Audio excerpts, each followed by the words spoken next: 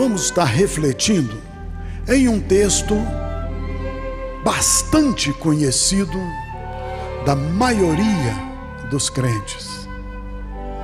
Todo aquele que conhece Jesus já ouviu deste texto.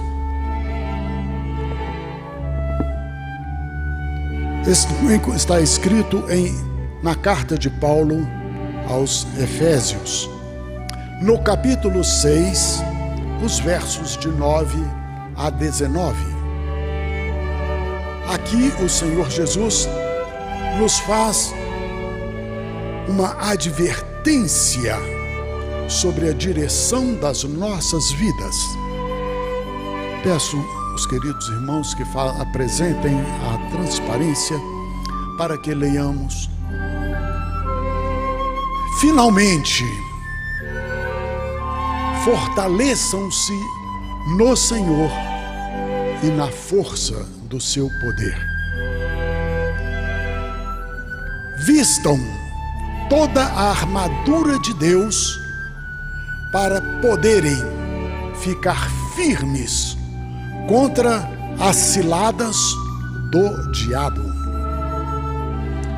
Pois a nossa luta não é contra pessoas, mas contra os poderes e autoridades, contra os dominadores deste mundo de trevas, contra as forças espirituais do mal nas regiões celestiais. Por isso, vistam toda a armadura de Deus para que possam resistir o dia mau e permanecer inabaláveis depois de terem feito tudo. Assim, mantenham-se firmes, cingindo-se com o cinto da verdade, vestindo a couraça da justiça e tendo os pés calçados com a prontidão do evangelho da paz. Além disso, usem o escudo da fé, com o qual vocês poderão apagar todas as setas inflamadas do maligno. Usem o capacete da salvação e a espada do Espírito, que é a palavra de Deus. Orem no Espírito em todas as ocasiões, com toda oração e súplica. Tendo isso em mente, mantenham atentos e perseverem na oração por todos os santos. Orem também por mim, para que, quando eu falar, seja-me dada a mensagem, a fim de que, destemidamente, torne conhecido o mistério do Evangelho. Vamos orar mais uma vez? Deus bendito, como é tremenda a tua palavra, como ela penetra ao mais profundo do nosso ser e ao mesmo tempo nos eleva até acima das regiões celestes e nos faz contemplar a beleza da tua santidade.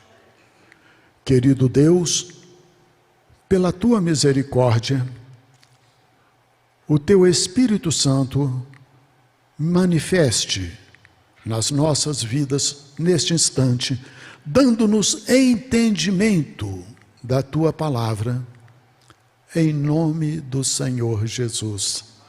Amém. Amém.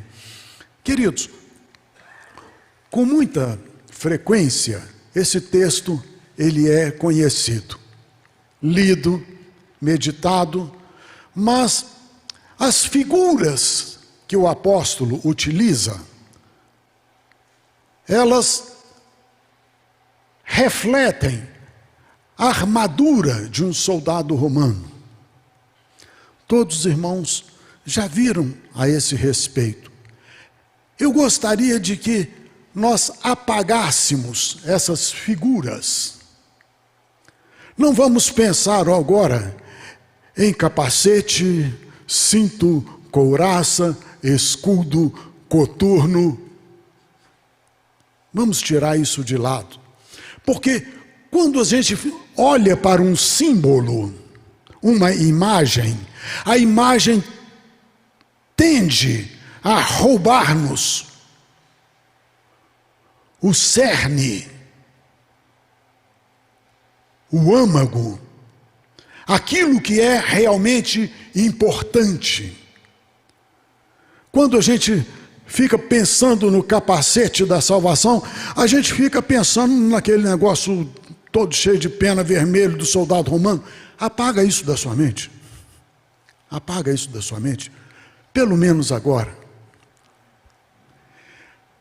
As verdadeiras armas para destruir principados, potestades, os dominadores do mal, esse mundo tenebroso, para vencer isso nas regiões celestiais.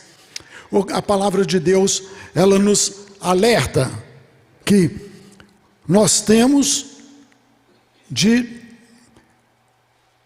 usar a verdade. Isso é que é a verdade. Esquece do resto. É a verdade. Quando nós falamos a verdade, nós desestabilizamos todo o reino das trevas. Eles não se firmam na verdade. Lúcifer é o pai da mentira. Então, quando o crente, ele se reveste da verdade, o inferno abala. Ele não consegue se estabelecer, nem se comunicar, ele não tem como reagir. Ele não entende verdade. E verdade não é um conceito da lógica, nem da filosofia. A verdade é uma pessoa. É uma pessoa. Essa mesma pessoa que é a vida. Sem essa pessoa, a morte. Ainda que haja eternidade, mas não é vida eterna. O que é importante é vida eterna, não morte eterna. Queridos, hoje nós vamos revestir-nos de Cristo, revestir-nos do Espírito de Deus, revestir-nos do próprio Deus. O texto também nos fala da justiça. Justiça. O que é justiça segundo a Bíblia? É fazer as coisas certas. É só isso. O jeitinho brasileiro é errado. O jeitinho americano é errado. O jeitinho japonês, chinês é errado. Fala-se muito do jeitinho brasileiro. Cada povo tem o seu jeitinho. É a justiça que Deus está falando. O justo viverá da fé. Porque o mundo todo vai dizer que você está errado. Mas você vai falar, não. Eu tenho o Espírito de Deus. E eu estou convencido pela revelação da palavra, através do Espírito de Deus, que é assim que é a verdade. É assim que é a justiça. Essas duas coisas dão suporte, revigoram, nos posicionam diante do mundo, a verdade e a justiça. O terceiro ponto que nos aparece é o que o apóstolo Paulo escreveu dizendo: calçados os pés com a preparação do evangelho da paz. O apóstolo Paulo falou para estudar a palavra de Deus. A preparação do evangelho da paz não é outra coisa senão pegar a Bíblia e estudar. É meditar na palavra de Deus. Bem-aventurado é aquele que tem a palavra de Deus e medita nela de dia e de noite. Essa é a preparação da palavra de Deus. Nós precisamos disso. Nós paramos até de conversar um pouquinho com os irmãos que estão em casa. Nós paramos de transmitir a escola bíblica porque é preciso estar aqui para aprender a palavra de Deus, estudar a palavra de Deus e sair daqui ruminando a palavra de Deus durante todo o dia, toda a semana, meditando nela. Queridos, se não estudarmos a palavra de Deus, se nela não meditarmos, o Espírito Santo não tem chance de mover o nosso entendimento, transformar o nosso entendimento, transformar o nosso ser. Outros textos falam: não extingais o Espírito Santo. Uma das maneiras de extinguir o Espírito Santo é não abrir a Bíblia para estudar. Admiro muito os irmãos que leem a Bíblia todo ano. Eu não consigo. Quantas vezes eu fico ruminando um versículo por 2, 3 dias, uma semana? Um versículo só. Eu não tenho a capacidade que muitos irmãos têm, mas eu sou um bom ruminador. Pode saber disso. A palavra de Deus, ela vai mexendo no nosso interior, ela mexe no meu estômago, no meu intestino, todas as minhas vísceras. Ela vai mudando tudo. Até por ela nós somos curados. Aleluia, aleluia. Aplaudam o Senhor Jesus. Aplaudam. Essa expressão não estava escrita não, mas se Jesus mandou falar, então pega. Aleluia, bendito é o Senhor. Bendito és tu, Jesus. E o escudo da fé. O apóstolo Paulo fala que a fé é como um escudo, mas esquece o escudo. Fica só com a fé. Fica só com a fé agora. Vocês querem ver como é que essa igreja é boa? Sem fé. Viu, Jesus? Viu, Jesus? Agora conversa com ele. Vamos dizer de novo, só para alegrar Jesus. Sem fé. Agora só vocês. Então diga para Jesus: eu quero te agradar. Portanto, eu vou agir com fé. Aleluia, aleluia, aleluia, aleluia, aleluia, aleluia. O Senhor Jesus é assim. Nós queremos agradá-lo, mas quando passa um problema financeiro, a primeira coisa que as pessoas pensam é quanto é a taxa de juros no banco. Não. O tempo não me permite dar exemplos, mas eu tenho muitos na minha vida. Algumas pessoas falam que as coisas não caem do céu. Eu tenho uma dificuldade com isso. Eu tenho uma dificuldade. Queridos,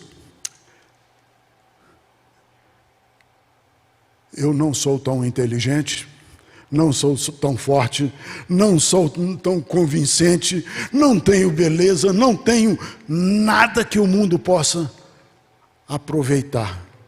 Então, sobrou para mim Jesus. Eu creio nele. Aleluia! Glória a Jesus, glória a Jesus, glória a Jesus.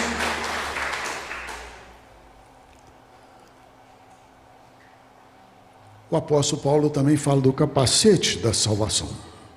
É algo que se põe sobre a cabeça. Esqueçam o capacete. Pensa que a salvação é alguma coisa que Deus coloca sobre a sua cabeça para sua proteção. Por quê? Você será questionado a respeito da sua fé. O mundo vai te questionar a respeito da sua fé. Às vezes, você vai se questionar a respeito da sua fé. E você precisa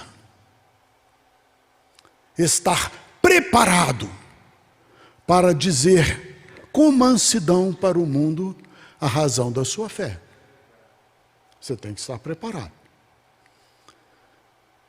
Mas você tem fé?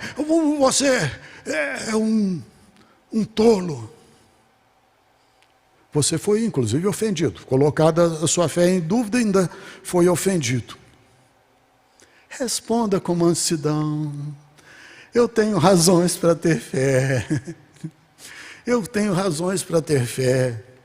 Ninguém mais do que eu precisava de Jesus. E Ele resolveu todos os meus problemas, apagou todos os meus temores, me fez assentar junto aos príncipes, não atentou para a pequenez, mas me fez assentar-me com os príncipes. Você tem que estar preparado, porque eles vão querer te questionar, abalar a sua fé. Mas quando você fala, eu tenho certeza da salvação, eu sei em quem tenho crido, eu sei que é poderoso para guardar o meu tesouro até o último dia, eu conheço, isso não pode ser abalado. Você conhece Jesus. Você conhece Jesus. Isso não pode ser abalado. Então, é um capacete, é uma proteção sobre a sua mente. A sua mente não vai cambalear quando fores questionado a respeito da sua salvação. Ele é poderoso para guardar o meu tesouro até aquele dia. Eu estou nas mãos do Pai e ninguém pode me arrebatar da mão dele. Aleluia! É assim com a sua vida, querido? É assim com a sua vida?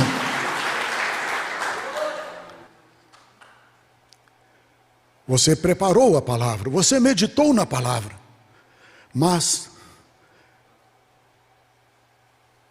o sexto item que nós encontramos nesse texto é o usar a palavra de Deus como uma ação do Espírito Santo. O Espírito Santo age através da palavra que sai da sua boca. Usa a palavra de Deus. Permita o Espírito Santo de Deus falar pela sua boca.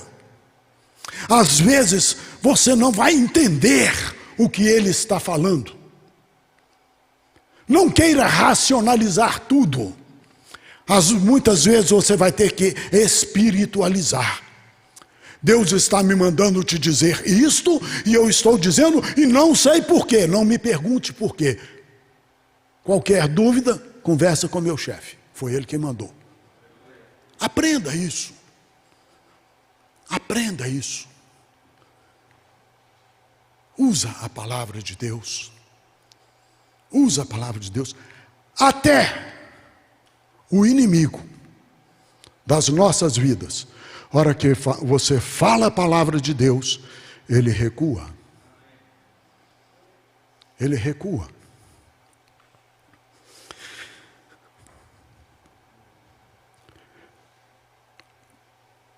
Orem no Espírito em todas as ocasiões. Esse é o 8º tópico que nós estamos meditando, encontrados nesse texto. Orem no Espírito.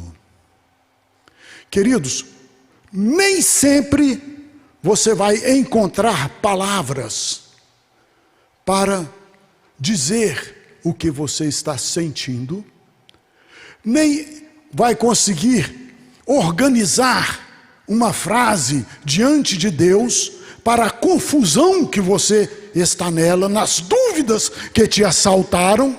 Nem sempre você vai encontrar palavras, mas o Espírito Santo de Deus nos ajuda a orar como convém. Por isso, muitas vezes você vai ter que orar em espírito. E o apóstolo Paulo, ele fala, ore em espírito em todo o tempo. Em todo o tempo.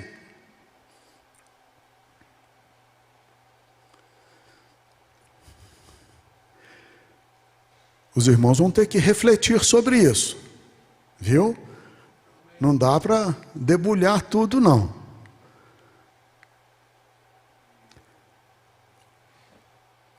Com toda oração e súplica.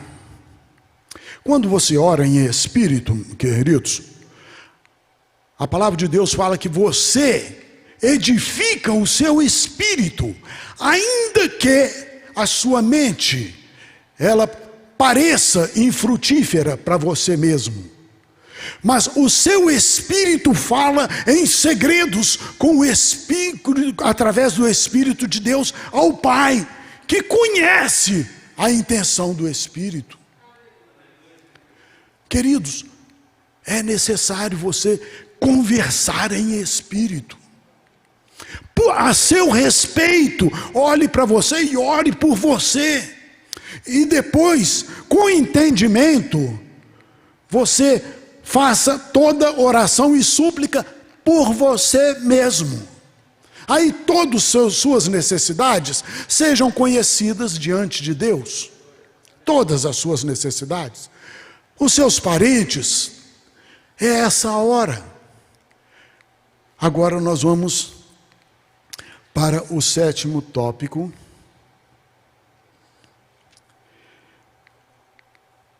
Também isto, estejam atentos e perseverem na oração por todos os santos. Estejam atentos a isso. Às vezes nós somos atentos só às nossas necessidades. Nós não estamos intercedendo pela vida dos irmãos, pela maturidade espiritual dos irmãos. Nós não estamos intercedendo para o crescimento espiritual dos irmãos. Nós estamos muito preocupados com o nosso estômago, com as nossas necessidades. Por isso Jesus falou, ore em espírito por você mesmo, você fortalece em espírito. As suas necessidades apareçam diante de Deus com orações e súplicas. Agora, voltem-se para todos os irmãos. Voltem-se. Agora, terminou de orar por você? Comece a orar pelos irmãos. Aqueles irmãos que têm o privilégio de sentar nos últimos bancos, eles veem todos os irmãos que estão à frente. Então, a vocês é dado orar por todos esses. Vocês veem mais do que os que aqui estão. Então, vocês vão orar por nós. E os que sobem aqui em cima, aí não fica ninguém fora. Subiu aqui em cima, tem que orar por todos. É desse jeito, queridos. E não somente isto, o 9º item que encontramos, o apóstolo Paulo fala: orem também por mim. Orem também para os seus líderes. Orem pelos seus líderes, para que não se acovardem com a palavra de Deus, porque eles são provocados de muitas maneiras a se acovardar. Ore por eles, que eles não retrocedam 1 centímetro, 1 milímetro, retrocedam nada. Antes, recebam de Deus a intrepidez para que preguem com maior coragem e visão a palavra de Deus. Bendito é o Senhor, bendito é o Senhor. Queridos, este ano nós separamos a segunda e a quarta segunda-feira do mês para estarmos em jejum e oração. Queridos, todas essas armas estão disponíveis para o crente fazer retroceder no país, pela boca da igreja, todo o mal. Nós estamos verdadeiramente enojados de tudo o que acontece neste país. Toda mentira, todos aqueles que fizeram da mentira uma capa e fizeram uma aliança com a morte, mas não querem nada com a vida.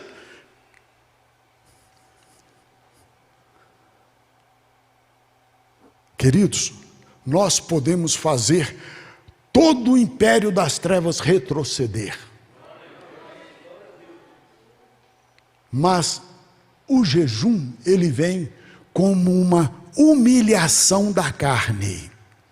O jejum diz: se eu comer muito, não melhora a situação do país. Se eu tiver muito robusto, malhado nas academias, não resolve a situação do país. Mas se eu me ajoelhar diante de Deus e falar: Pai, pequei contra o céu e perante ti, já não sou digno de ser chamado teu servo, mas olha para mim, muda minha situação. Conversa com Deus, conversa. Ele vai mudar o nosso país. Amanhã é a segunda-feira do mês de julho. Estou trazendo à memória dos irmãos que é necessário jejuar e orar. É necessário jejuar e orar, para que tudo te vá bem, para que tudo vá bem nesta igreja, para que tudo vá bem na igreja do Brasil e do mundo. E Jesus, ele abrevie o dia da sua volta. Queridos, que Deus nos abençoe.